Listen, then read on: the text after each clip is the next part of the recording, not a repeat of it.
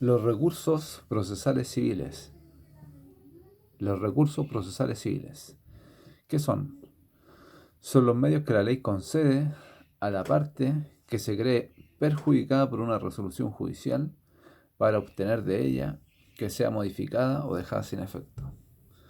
Recursos procesales civiles son los medios que la ley concede a la parte que se cree perjudicada por una resolución judicial para obtener que ella sea modificada o dejada sin efecto.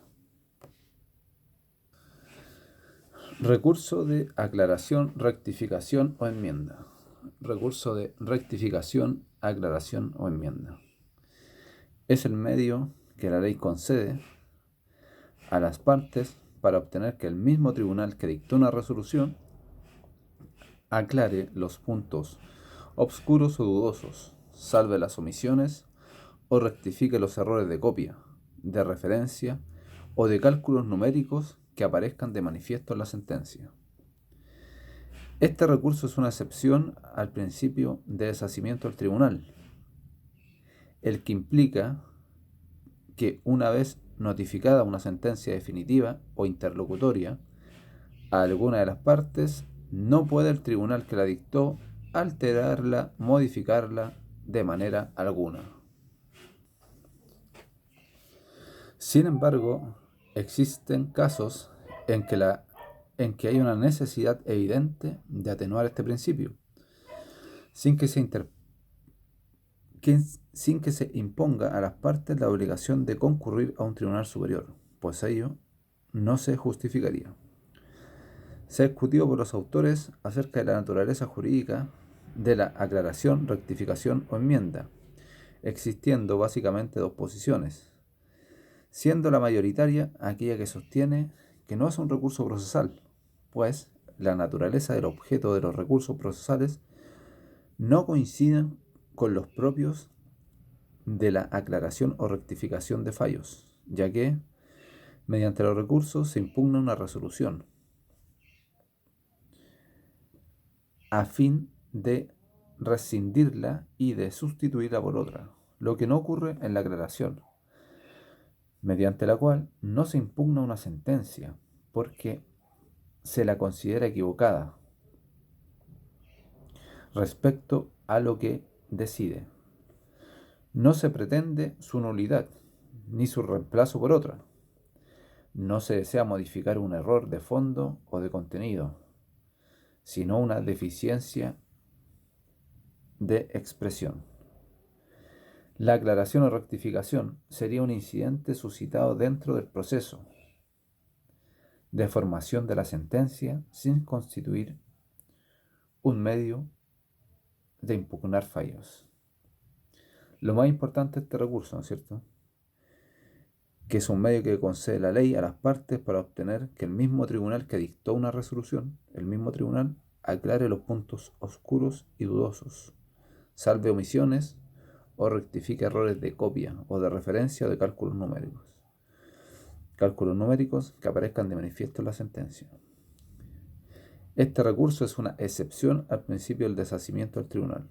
Es una excepción al principio del deshacimiento del tribunal, que implica que notificada la sentencia definitiva interlocutoria, alguna de las partes, no puede el tribunal que la dictó alterarla o modificarla de manera alguna. ¿Contra qué resoluciones procede? ¿Contra qué resoluciones procede el recurso de aclaración, rectificación o enmienda? Solamente en contra de las sentencias definitivas y las interlocutorias. Solamente en contra de las sentencias definitivas e interlocutorias, pues solamente ellas producen el deshacimiento del tribunal. Solo ellas producen el deshacimiento del tribunal. Iniciativa para interponerlo. ¿Quién lo puede interponer? Como solicitud se interpone a petición de parte para aclarar los puntos oscuros o dudosos, salvar las omisiones y rectificar los errores de copia, de referencia o cálculos numéricos que aparezcan de manifiesto en la sentencia.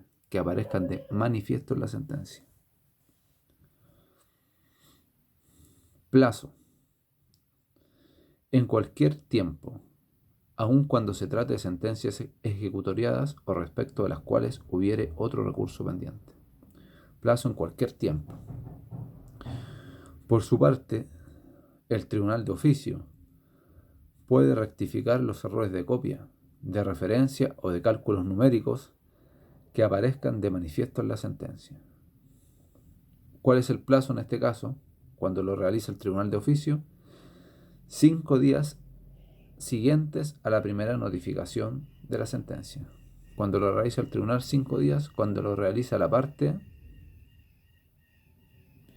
no hay plazo. Procede entonces solamente en contra de las sentencias definitivas e interlocutorias. Ya, entonces el plazo de 5 días cuando lo realiza el tribunal. En esta parte debemos detenerlos con la finalidad de destacar que existen diferencias para hacer modificaciones a las sentencias cuando ello se efectúa a petición de parte o cuando lo realiza el tribunal de oficio. En efecto, para lo único que se encuentran facultados por la ley es para rectificar los errores de copia, de referencia o cálculos numéricos que aparezcan de manifiesto en la misma sentencia, sin que puedan, en caso alguno, de no mediar petición de parte, aclarar puntos oscuros o dudosos o salvar omisiones que pudieran existir en sus fallos. En el artículo 184 del Código señala: se permite a los tribunales rectificar de oficio dentro de 5 días siguientes a la primera notificación de la sentencia los errores indicados en el artículo 182, vale decir, los errores de copia, de referencia o de cálculos numéricos que aparezcan de manifiesto en la misma sentencia, sin otorgar en ningún caso facultad para que, en forma oficiosa, puedan también los jueces aclarar los puntos obscuros o dudosos. Entonces, de oficio son solamente los errores de copia, de referencia o de cálculos numéricos. Nada más que eso. Tramitación del recurso de aclaración, rectificación y enmienda. Tramitación. Se interpone ante el mismo tribunal que dictó la sentencia y el mismo lo resuelve. El tribunal lo puede resolver de plano, es decir, sin más trámites o bien oyendo a la otra parte. Recursos en contra de la resolución que resuelve este recurso. La resolución que resuelve el recurso o que actúa de oficio es apelable en todos los casos en que lo sería la sentencia que se refiere, con tal que la cuantía de la cosa declarada, agregada o rectificada admita recurso. Eso significa que se puede apelar a la sentencia definitiva de primera instancia y a la sentencia interlocutoria de primera instancia. Pero si son de segunda instancia, no se puede apelar. Las definitivas de segunda son inapelables. Efectos que produce la interposición del recurso. El tribunal decide si, mientras lo resuelve, suspende o no los trámites del juicio o la ejecución de la sentencia según la naturaleza del recurso. Por ende, es conveniente solicitar la suspensión dando las razones que existan para ello. Por el hecho de interponerse el recurso, no se suspende el plazo para apelar. Sigue corriendo el plazo para apelar. En consecuencia, si se desea apelar de la resolución que también se pide corregir, es preciso hacerlo independientemente que se interponga el recurso de aclaración, rectificación o enmienda.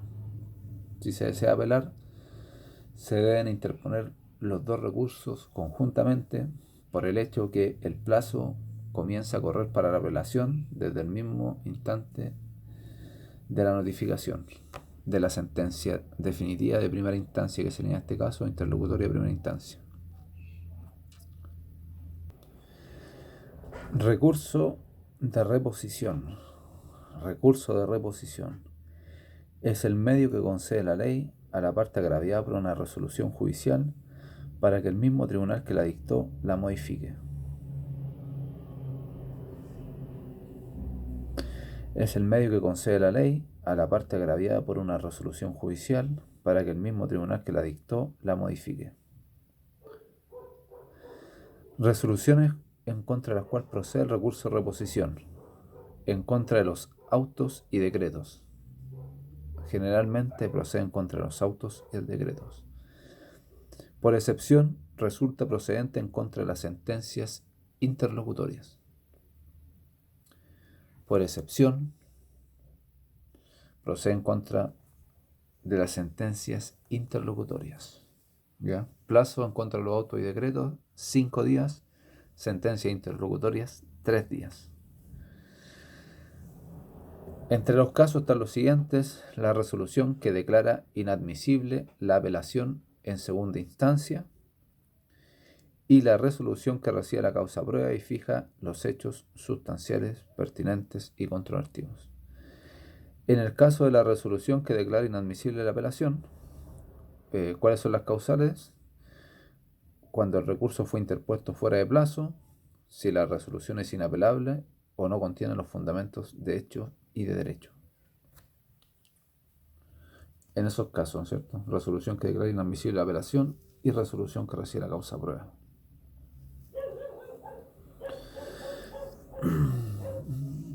Iniciativa para interponer el recurso a petición de la parte respectiva. A petición de la parte respectiva.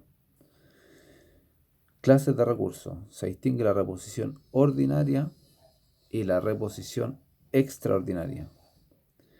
La ordinaria es aquella que se deduce sin nuevos antecedentes. La ordinaria es aquella que se deduce sin nuevos antecedentes. Y la extraordinaria, aquella en que se hacen valer nuevos antecedentes. Y la extraordinaria es aquella en que se hacen valer nuevos antecedentes.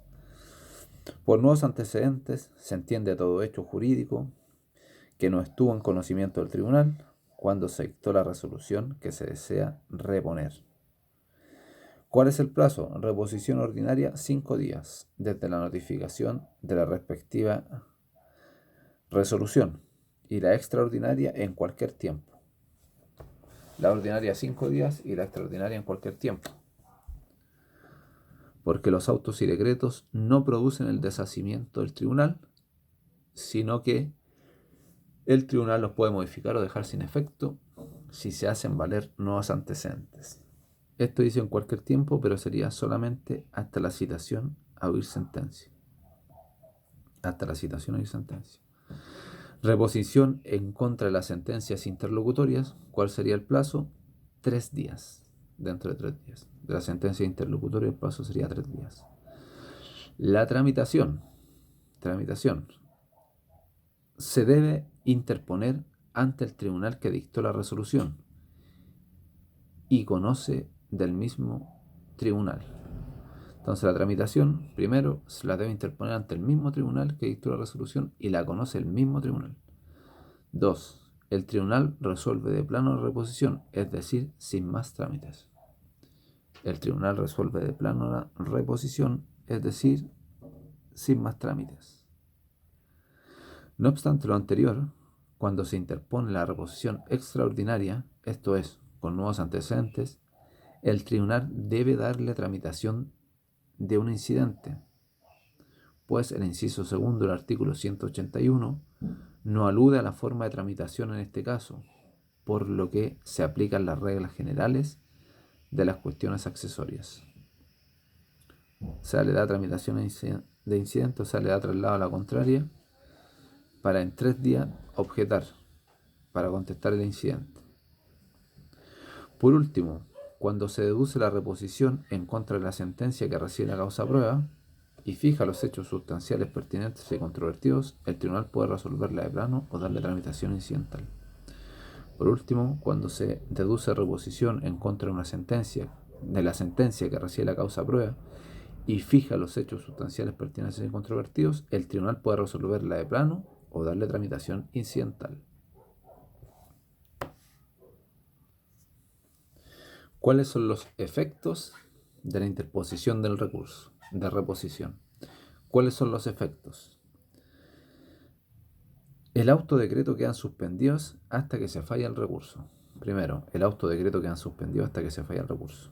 2. El término para apelar no se suspende. Siempre es lo mismo, nunca se suspende. El término para apelar no se suspende por la interposición del recurso de reposición, por lo que si la resolución atacada es también apelable, debe interponerse conjuntamente con la reposición, el recurso de apelación. Letra G. Resolución del recurso de reposición y recursos que proceden en su contra. Resolución de recursos de reposición y recursos que proceden en su contra. Acogido el recurso de reposición, el autodecreto impugnado es modificado o dejado sin efecto, y la parte perjudicada tiene el derecho a apelar en conformidad a las reglas generales. Entonces tenemos la resolución del recurso de reposición, que recursos proceden en su contra. Acogido el recurso, el autodecreto impugnado es modificado o dejado sin efecto, y la parte perjudicada tiene el derecho a apelar en conformidad a las reglas generales.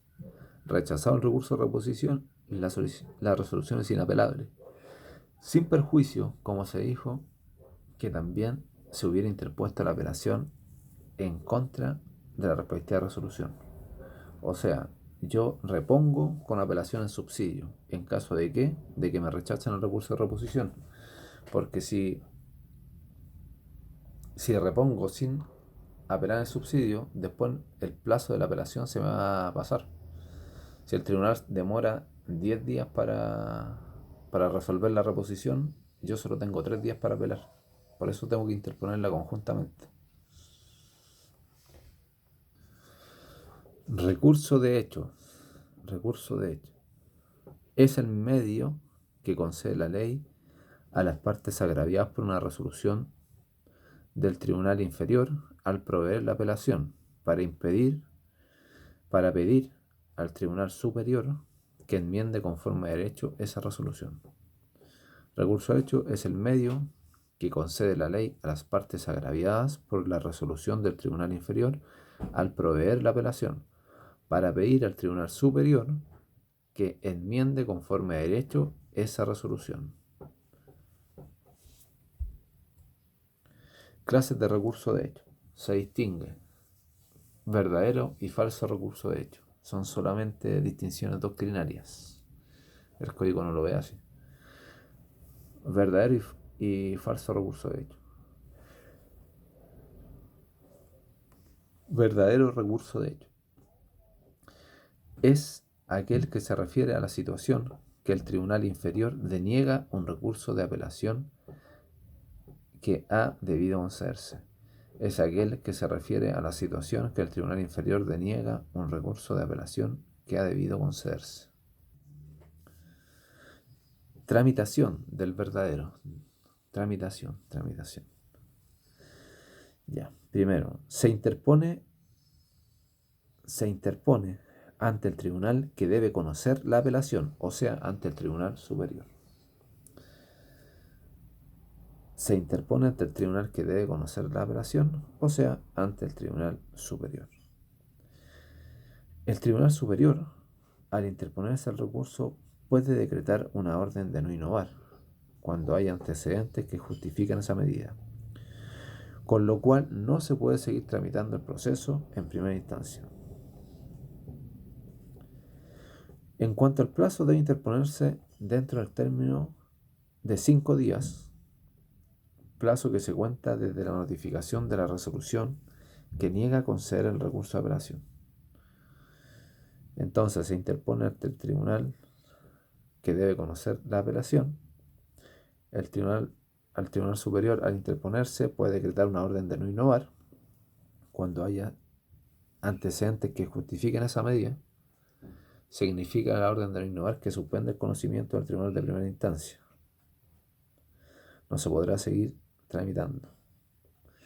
Y segundo, el plazo, más adelante tenemos el plazo, 5 días, desde la notificación de la resolución que deniega la apelación.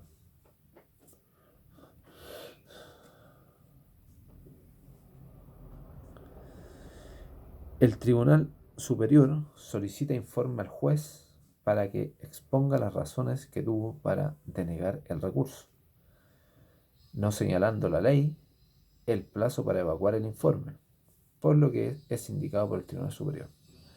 Después de esto, el tribunal superior solicita un informe al juez de primera instancia para que el tribunal inferior exponga las razones que tuvo para denegar el recurso. La ley no señala un plazo para evacuar el informe, entonces el tribunal superior es el que le indica al inferior cuál es el plazo para evacuar el informe.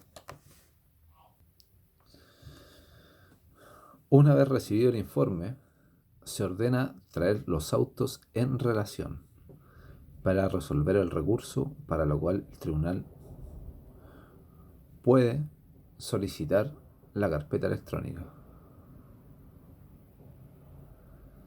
Entonces, una vez recibido el informe, se ordena traer los autos en relación para resolver el recurso, para lo cual el tribunal puede pedir o solicitar la carpeta electrónica.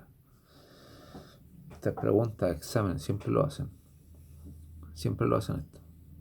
Si se rechaza el recurso, la apelación quedará denegada, lo que se comunica al tribunal de primera instancia para que siga conociendo el asunto y devolviéndole el expediente o la carpeta electrónica si se ha solicitado. Expediente en las causas antiguas, actualmente la carpeta electrónica.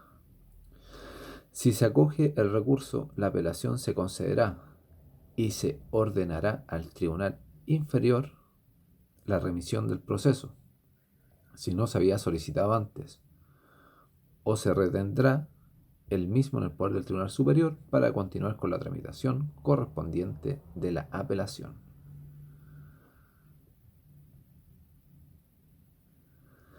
El falso recurso de hecho. El falso recurso de hecho es aquel que resulta procedente en contra de la resolución del tribunal inferior que declara admitida una apelación que no ha debido concederse. Cuando se concede una apelación en ambos efectos, debiéndose haber concedido en el solo efecto devolutivo, y cuando se concede una apelación en el solo efecto devolutivo, cuando debió concederse en ambos efectos. Entonces el falso recurso de hecho es aquel que resulta procedente en contra de la resolución del tribunal inferior, que declara admitida una apelación que no debió concederse.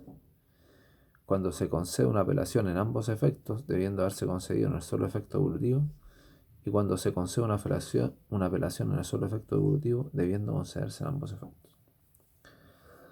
Tramitación. Se interpone ante el tribunal que debe conocer el recurso de apelación. Tramitación se interpone ante el tribunal que debe conocer el recurso de apelación.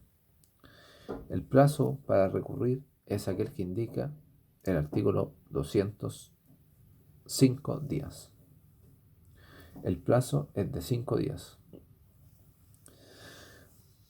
No se solicita el informe por ser innecesario, pues el expediente se encuentra en el tribunal superior. En este caso, no se solicita el informe porque la carpeta electrónica se encuentra en poder del tribunal superior. Cuando el tribunal de primera instancia ha concedido la apelación en el solo efecto devolutivo y ha debido concederla en ambos efectos, puede también pedirse reposición de esa resolución. Cuando el tribunal de primera instancia ha concedido la apelación en el solo efecto devolutivo y ha debido concederla en ambos efectos, puede también pedirse reposición de esa resolución. El tribunal de segunda instancia puede fallar el recurso en cuenta o declarar inadmisible la apelación en la vista de la causa. El tribunal de segunda instancia puede fallar el recurso en cuenta o declarar inadmisible la apelación en la vista de la causa. En cuenta significa que lo declara inadmisible con la sola información que da el relator en privado a la Corte, sin alegato de los abogados. Y la vista de la causa es cuando se producen los alegatos.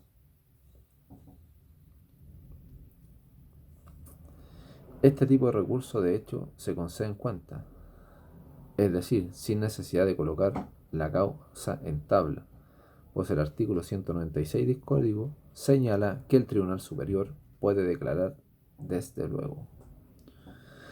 Las declaraciones que haga el Tribunal Superior se comunican al Tribunal Inferior para que se abstenga o siga conociendo el negocio, según los casos. Esto es, si se declara procedente la apelación concedida, devolverá al inferior la carpeta electrónica, si es que, en caso de que lo hubiese solicitado, para que siga conociendo la causa. Si declara que ha debido concederse en el solo efecto devolutivo, comunicará su decisión al inferior para que siga conociendo la causa. Y si declara que debe concederse en ambos efectos, comunicará esta resolución al inferior para que se abstenga de seguir conociendo la causa.